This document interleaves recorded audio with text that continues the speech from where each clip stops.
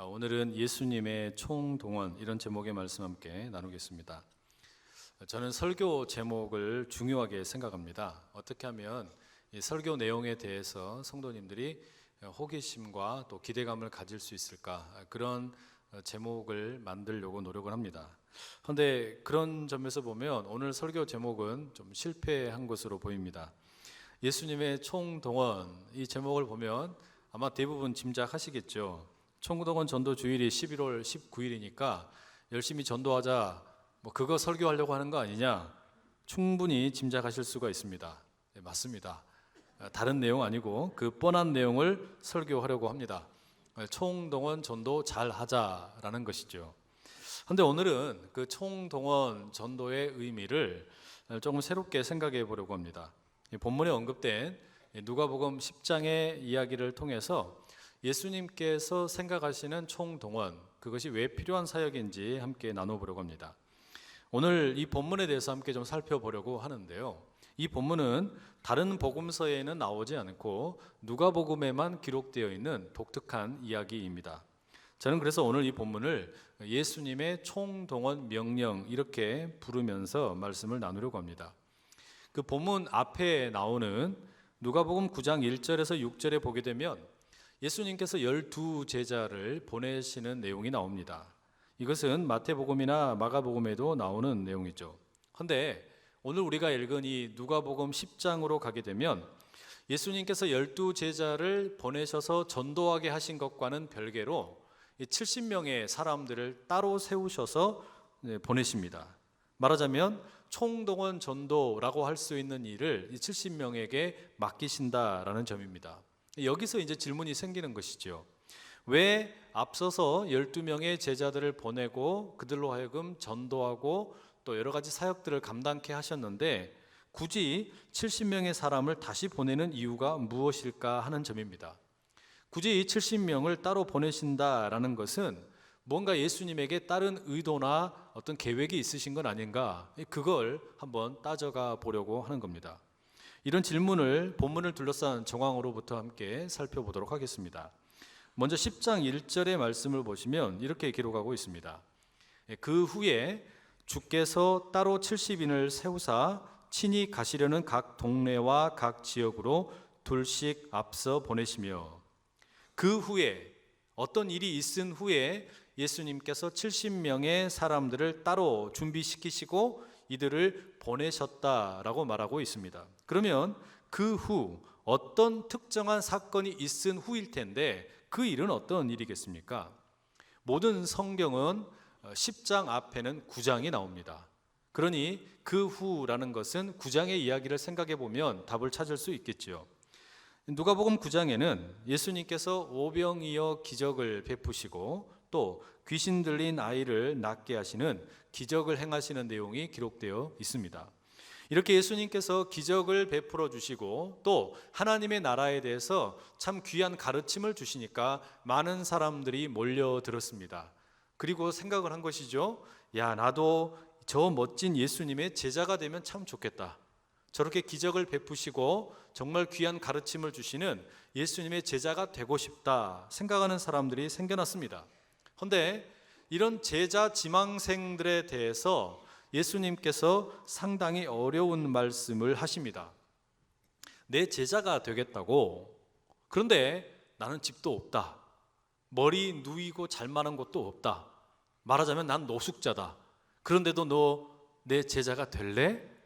예수님께서 그 제자 지망생들에게 그렇게 말씀하시는 겁니다. 이 예수님의 말씀을 듣고 나서 많은 사람들이 망설이게 되지요. 어떤 이들은 먼저 부친의 장례식을 치르고 오겠습니다 라고 이야기를 하고, 또 어떤 이들은 가족에게 작별 인사를 하고 오겠습니다 라고 말합니다. 그런데 예수님께서는 그런 사람들에 대해서 단호하게 말씀하시죠. 9장 62절에 이런 말씀을 주십니다. 손에 쟁기를 잡고 뒤를 돌아보는 자는 하나님의 나라에 합당하지 아니하니라. 예수님의 제자가 되는 것에 대해서 망설이는 사람은 필요 없다라고 말씀하시는 겁니다. 당장 나를 따르라 라고 재촉을 하고 계시는 것이죠. 여러분, 바로 그런 일이 있은 후에 오늘 10장 1절의 본문이 시작이 되는 겁니다. 말하자면 잠잘 곳도 없을 만큼 척박할 것이라는 그 예수님의 말씀을 들었음에도 불구하고 저는 그럼에도 불구하고 예수님 제자 되겠습니다, 이런 어떤 각오를 다진 사람들, 그 사람들이 예수님께 나오게 되었습니다. 그 숫자를 헤아려 보니까 한 70명쯤 되는 겁니다. 바로 그런 사람들을 예수님께서 바로 파송을 하시는 거죠. 이 파송의 내용이 10장 1절의 내용입니다. 그렇게 예수님의 제자가 되겠다는 사람들이 모여들었고 그들을 파송하실 때 예수님께서 10장 1절 이런 내용을 주십니다. 주님께서 친히 가시려는 각각의 동네나 그리고 지역에 이 70명을 두 사람씩 짝을 지어서 먼저 보내셨다라는 겁니다. 말하자면 이 70명에게 주어진 예수님께서 부여하신 사명은 예수님께서 앞으로 이제 방문을 하려고 하시는 동네, 그 지역에 먼저 찾아가서 복음을 선포하라라는 것입니다. 하나님의 나라가 도래했다라고 외치라는 것이죠. 하나님께서 이 세상을 다스리신다라는 것을 외치라는 겁니다. 지금 이스라엘에 살고 있는 사람들이 보기에는 로마의 황제가 이 세상을 다스리고 있는 것처럼 보이고 로마의 군대가 이 온 땅을 지배하고 있는 것처럼 보이지만 그렇지 않다. 하나님께서 다스리시고 계신다. 이 사실을 이제 예수님이 가시려고 하는 동네에 미리 선포하라라는 겁니다. 이 세상은 로마 황제의 것이 아니며 돈의 것이 아니며 폭력의 것이 아니며 힘의 것이 아니고 하나님에게 온전히 속한 세상이다. 그런 세상이 새롭게 도래했다. 이걸 외치라라는 겁니다. 여러분, 이런 점에서 보게 되면 이 70명의 제자들이 맡은 역할은 예수님의 사역을 준비하는 일이다라고 할 수 있겠습니다. 마치 세례 요한이 예수님의 오시는 길을 준비했던 것처럼 이들은 예수님께서 이제 이후에 방문하게 될 그 예정지를 미리 찾아가서 복음을 선포했습니다. 예수님이 이 지역에 오신답니다. 진짜 왕이신 예수님이 이곳에 오실 겁니다. 여러분 모두 영접을 준비하십시오. 그러면 예수님께서 당신들 모두를 구원해 주시고 평화를 주시고 기쁨을 회복이 되게 하실 것입니다. 이렇게 외친 거예요. 여러분, 지금도 이런 전도의 외침 필요할까요?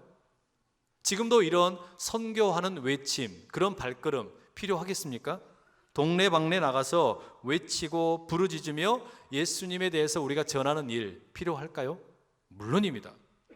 우리는 예수님께서 다시 오심을 기다리고 있는데 우리 주님께서 다시 오시는 그날까지 그 예수님의 이름을 선포하고 전하는 복음 전도자며 선교의 사명을 감당해야 합니다. 예수님만이 진짜 우리의 임금이시고 또 예수님만이 우리에게 진정한 힘이 되시고 능력이 되신다라고 선포해야죠. 그런데 여러분, 왜 우리가 이런 일을 근본적으로 감당해야 하느냐? 그 이유는 우리 모두가 진정한 평화를 누리지 못하기 때문입니다. 동시에 우리에게 진정한 기쁨이 없기 때문입니다. 사람들은 누구나가 다 두려움과 또 염려가 있기 때문에 우리는 이 예수님이 다시 오셔야 됨을 선포해야만 한다라는 것이죠. 지난 추석 연휴 기간에 이 소설가 한강이라는 분이 미국의 뉴욕타임즈 신문에 기고한 글이 화제가 되었습니다.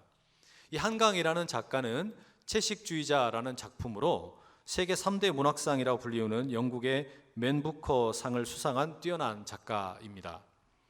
미국이 전쟁에 대해 말하면 한국은 몸서리친다, 이런 제목의 기고문을 뉴욕타임즈에 기고했는데 호기심에 저도 직접 읽어보았습니다. 대략의 내용은 이런 겁니다.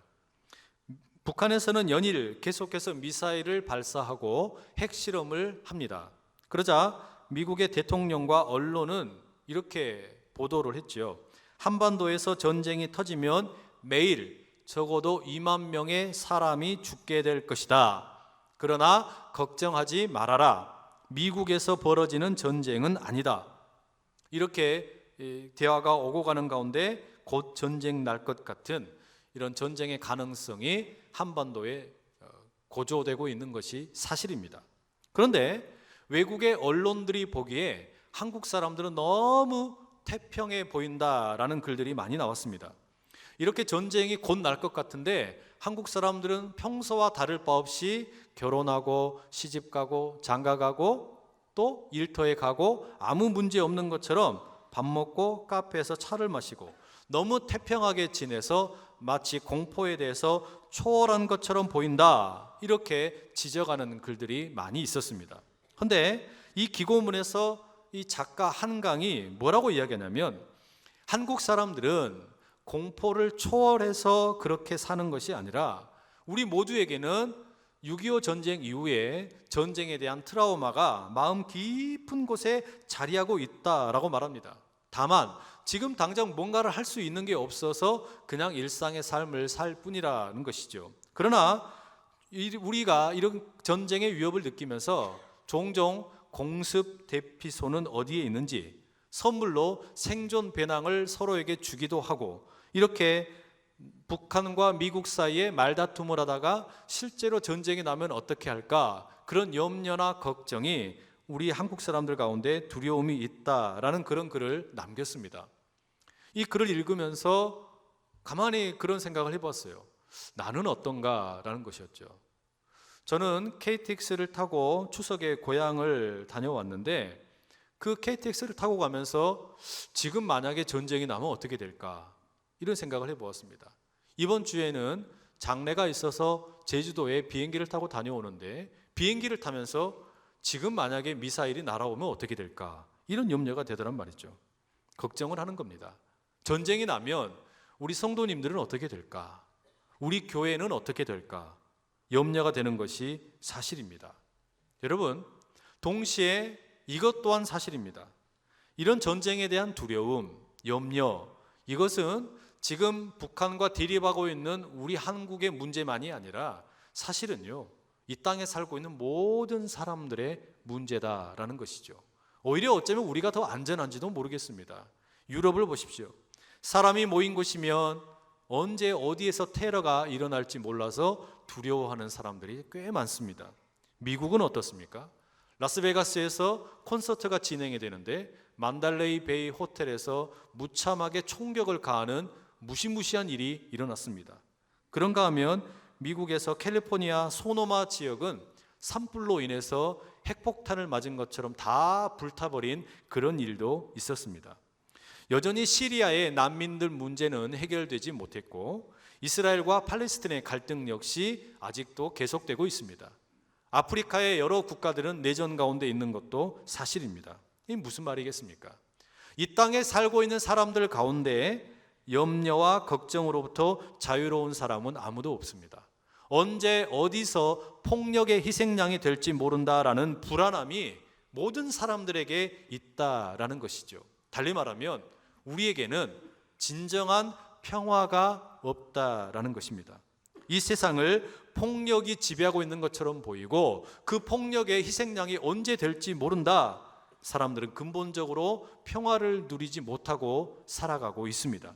이것은 돈이 있는 사람이든 돈이 없는 사람이든, 출세한 사람이든 출세하지 못한 사람이든 상관없이, 직장을 구한 사람이든 직장을 구하지 못한 사람이든, 모든 사람은 어디에 살고 있느냐에 상관없이 누구에게나 두려움이 있습니다. 진정한 평화가 없다라는 말이죠. 여러분, 우리가 이런 세상을 향해서 외칠 수 있는 말이 있다면 그게 무엇이겠습니까? 평화의 왕이신 예수님을 선포하는 일인 줄로 믿습니다. 예수님이 오셔야만 한 사람에게, 한 나라에, 한 민족에, 온 우리 이 지구의 가운데 평화가 임할 수 있기 때문입니다. 예수님이 오시지 않으면 평화가 찾아올 수 없습니다. 무슨 말이냐면, 평화는 우리가 직접 만들 수 있는 일이 아닙니다. 평화는, 한국의 평화는 미국이 만들어주는 게 아닙니다. 북한이 만들어주는 게 아닙니다. 일본이나 러시아나 중국이 만들어줄 수 있는 게 아닙니다. 그렇다고 우리가 외교를 잘한다 해서 주어지는 일이 아니라는 거예요. 진정한 평화는 다른 어떤 식으로 만들어지는 게 아니라 하늘로부터 예수님께서 허락하시는 선물인 줄로 믿습니다. 다시 말하면 예수님 없으면 평화 없습니다. 그러니 이 전도를 한다, 선교를 한다 그럴 때 이 모든 전도와 선교의 주인공은 우리가 아니라 예수님이 되신다라는 것이죠. 그럼 여러분, 우리의 역할은 뭡니까? 그 평화를 선포하고 기쁨의 회복을 선포하는 우리의 역할은 예수님의 딴따라입니다. 제가 처음으로 연예인을 눈으로 구경하는 것은 중학교 시절이었습니다. 제가 다니던 그 시골의 중학교에서 당시에 내 고향 좋을시고라는, 지금은 없어진 지 한참 된 그런 프로그램이 녹화되고 있었습니다. 그때 얼마나 예쁜 여자 가수들이 막 나와가지고 춤을 추는지, 댄서들도 얼마나 이뻤는지 몰라요. 눈이 막 그냥 시골 촌놈이 보기에 휘둥그레해졌죠. 그런데 여러분, 이 주인공 가수들이 등장하기 전에 방청객들의 흥을 돋우는 사람이 있었습니다. 그는 주인공은 아니었습니다. 주인공의 나올 길을 예비하는 사람이었죠. 주인공이 나올 때 박수를 유도하기도 하고 방청객들에게 호응을 유도하는 응원 어떤 단장과 같은 사람이었습니다. 오늘 본문에 기록되어 있는 이 70명의 사람들에게 맡겨진 역할도 딱 그런 겁니다. 평화를 잃어버린 사람들에게, 기쁨을 잃어버린 사람들에게 진정한 평화와 기쁨을 주시는 예수님을 선포합니다. 로마의 식민지로 살아가면서 그 땅에서 힘겹게 어렵게 살아가는 그 사람들에게 예수님이 오신다, 예수님이 오시면 이 땅에 진정한 평화와 기쁨이 찾아오게 될 것이다, 그것을 선포하는 이들은 말하자면 예수님의 딴따라처럼 주님의 길을 예비하였습니다. 우리도 마찬가지입니다. 내가 선교를 하든지 전도를 하든지 우리의 역할은 주인공이 아닙니다. 예수님께서 오실 길을 준비하는 것이 우리가 할 일입니다. 우리는 그렇게 예수님은 돋보이고 우리는 낮아지는 딴따라 역할을 맡는다라는 것이죠. 여러분, 선교의 자리가 되었든 전도의 자리가 되었든 예수님이 주인공이 되시는 자리가 우뚝 서고 돋보일 수 있도록 귀하게 딴따라로 이 거룩한 사역에 쓰임 받으실 수 있기를 간절히 축복합니다. 하지만 여러분, 아직 우리가 해결되지 않은 질문이 하나 있죠. 왜 예수님께서 12명의 제자가 이미 파송을 받아서 사역을 했음에도 불구하고 따로 이 70명의 총동원령을 하셨냐라는 점입니다. 이것은 12명의 제자의 사역과 70명의 제자의 사역을 구분을 해서 결과를 비교해 보면 이유를 알 수 있게 됩니다. 9장 1절과 2절에 보시면 예수님께서 12제자를 부르시고 그들을 파송하시는 내용이 이렇게 기록되어 있습니다.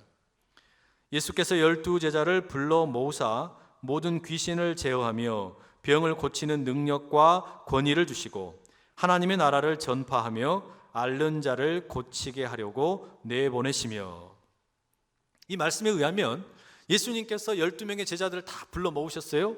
그리고 어떤 사람에게는 말씀을 잘 전하는 그런 어떤 달란트를 주시고, 어떤 사람에게는 치유의 은사를 주시고, 또 어떤 사람에게는 가르치는 은사를 허락해 주셨습니다.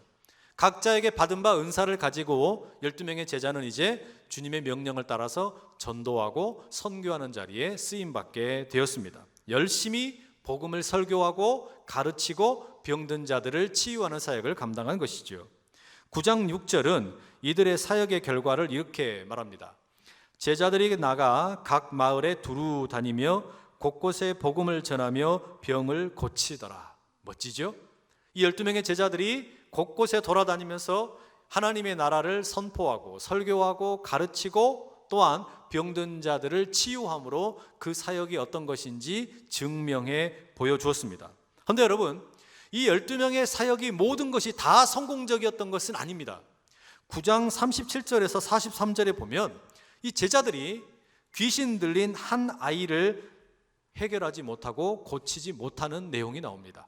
다른 것은 다 했는데 복음을 설교하는 것도 잘했고 가르치는 것도 잘했고 또 다른 사람을 치유하는 일도 잘했는데 딱 하나 못한 게 있었습니다. 그게 무엇이었냐면 귀신을 이기는 일이었어요. 사탄을 이기는 일이었습니다.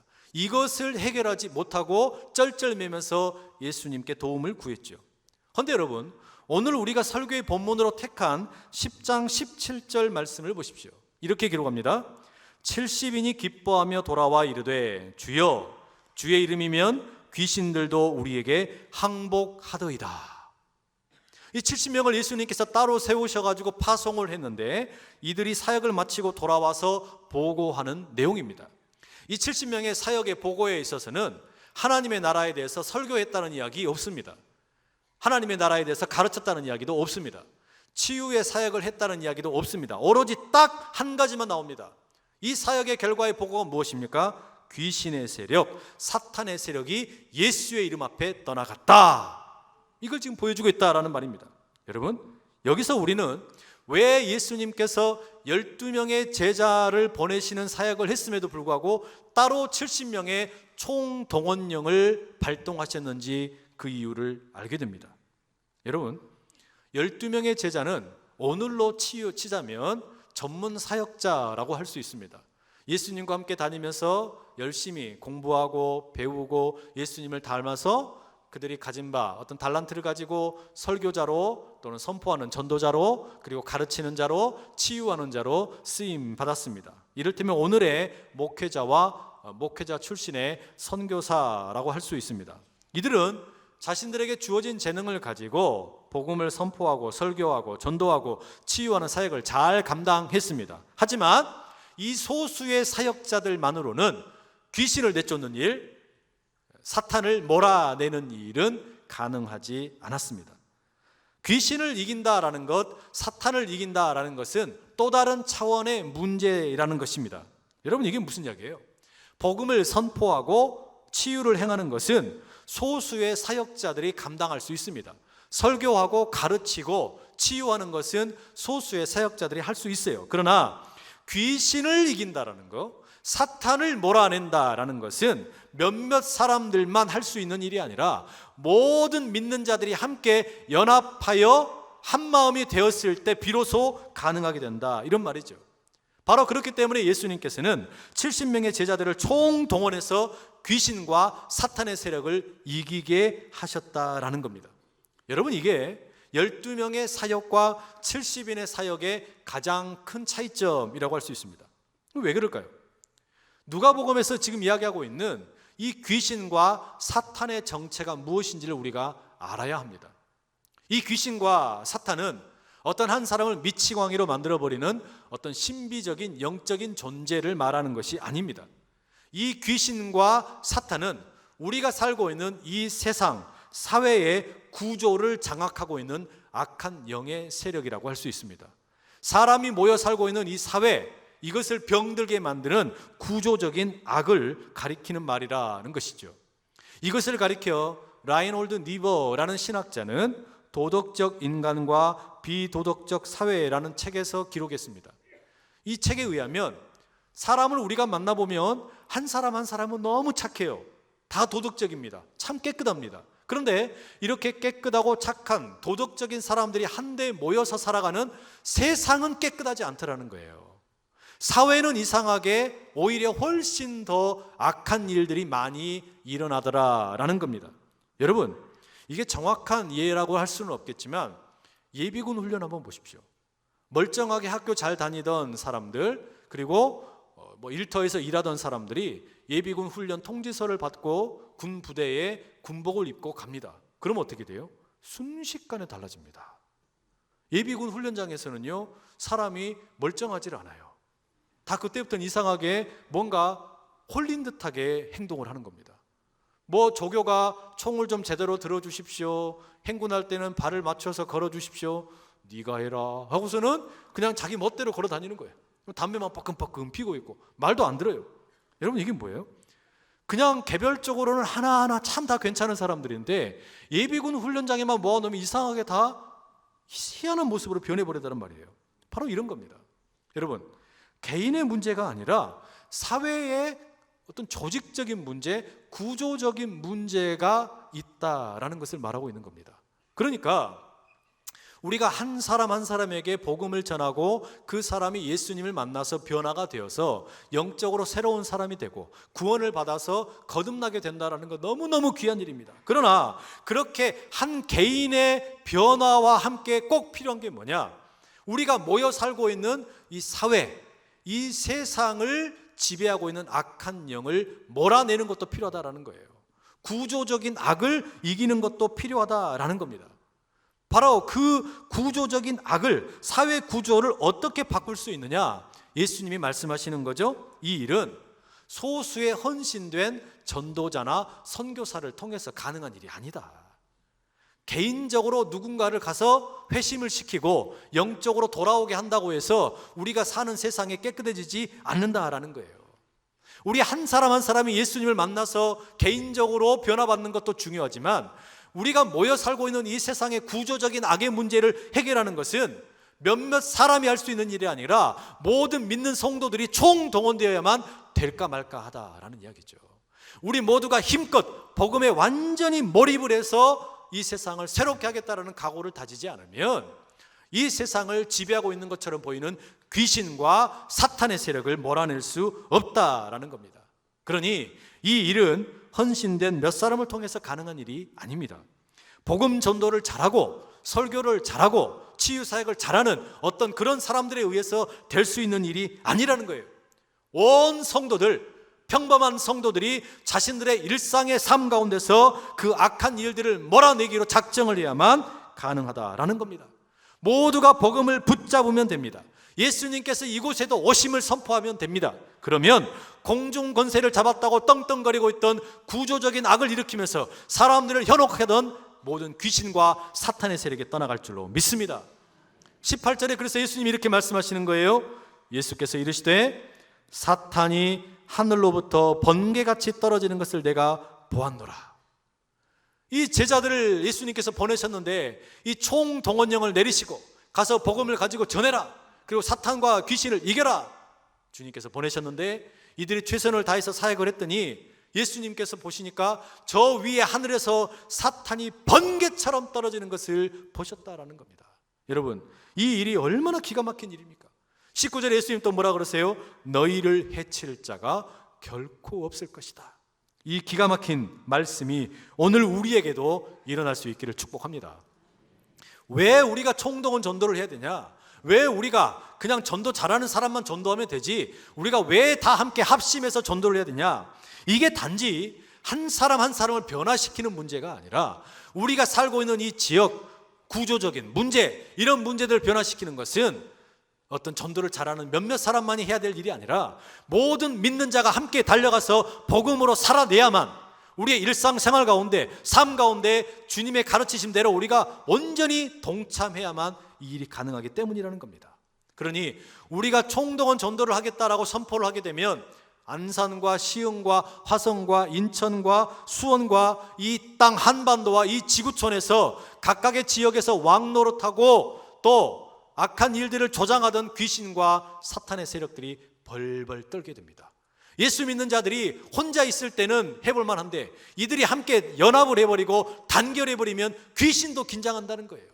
저것들이 같이 모여버리면 우리 큰일 나는데, 저 사람들을 분리시켜야 되는데, 분해를 시켜야 되는데, 갈라지게 만들어야 되는데, 사탄은 오늘도 그래서 계속해서 우리를 갈라지게 만들려고 하는데, 바로 그런 사탄의 계략을 물리치고 하나가 되어서 주의 복음 가운데 총동원 전도에 우리가 함께하게 되면 우리를 어그러뜨리려고 했던 모든 악한 세력들이 떠나가게 될 줄로 믿습니다.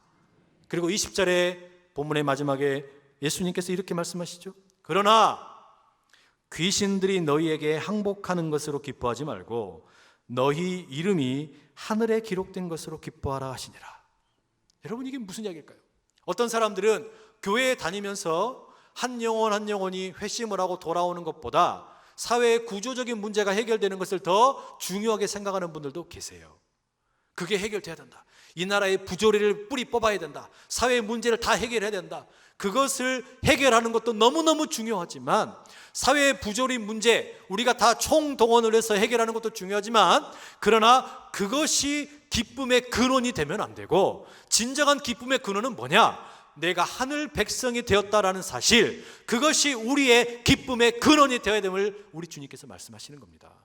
악한 부조리, 사회의 구조적인 문제, 시스템을 개혁하는 거, 그것만 가지고 기뻐하지 말고 내 영혼이 하늘 백성 되었다, 주님께서 나를 구원해 주셨다, 이것이 우선적인 기쁨의 근원이 되기를 주님께서는 말씀하고 계시는 겁니다. 여러분, 이게 예수님께서 명하시는 총동원의 능력이고 특권이고 우리에게 주어진 의무입니다. 총동원과 함께 우리가 함께 이 전도하는 사명을 온 마음으로 함께 달려가게 될 때 갈라지지 않고 나누어짐이 없이 이 일을 감당하게 되면 우리가 함께 살고 있는 이 동네, 일터, 직장, 교회, 사업장 모든 지배하고 있던 사탄의 권세들이 떠나가게 될 줄로 믿습니다. 우리가 복음을 선포하고 또 복음을 외치게 되면 회개와 결단의 물결이 일어나게 될 것이고 한 사람이 변화되는 것도 위대한 일인데 우리가 살고 있는 이 공동체가 새로워진다면 이건 진짜 어마어마한 일이 벌어지게 된다는 말이죠. 우리 주님의 그 거룩한 부르심, 총동원의 부르심, 이 거룩한 사역에 여러분 모두를 초청합니다. 이 위대한 일은 한 영혼 한 영혼을 추수하는 일일 뿐만 아니라 내가 살고 있는 이 지역을 새롭게 하고자 하는 거룩한 영적인 사역에 대해서 하나님의 기쁨을 온전히 우리가 나누는 은혜가 있기를 간절히 축복합니다. 교회에서는 10월 28일 마지막 토요일에는 맞춤 전도로 3040 청년 세대, 청장년 세대를 위한 하나님의 프로포즈를 준비하고 있고 11월 19일 날은 추수감사 주일인데 온 성도들과 함께 총동원 주일로 지키려고 합니다. 이 추수의 계절에 우리가 많은 것들을 추수해야 되지만 영적인 추수와 함께 이 세상을 새롭게 하기를 원하시는 하나님의 마음에 동참할 수 있기를 간절히 축복합니다. 우리를 복음을 전하는 하나님의 사람으로 불러주시고 한 영혼 한 영혼을 변화시키는 예수님의 사역에 동참할 뿐만 아니라 우리가 살고 있는 이 세상을 새롭게 하는 일에 귀하게 쓰임받게 해주시니 참으로 감사드립니다. 우리가 작정한 이 귀한 명단들이 하나님 받으시기에 기쁘고 복된 이름 되게 하시고 이들이 예수님을 만나 새로운 인생을 살게 하시고 우리가 살고 있는 이 땅이 새로워지는 아름다운 일들이 펼쳐지게 하여 주시옵소서. 예수 그리스도의 이름으로 간절히 기도합니다. 아멘.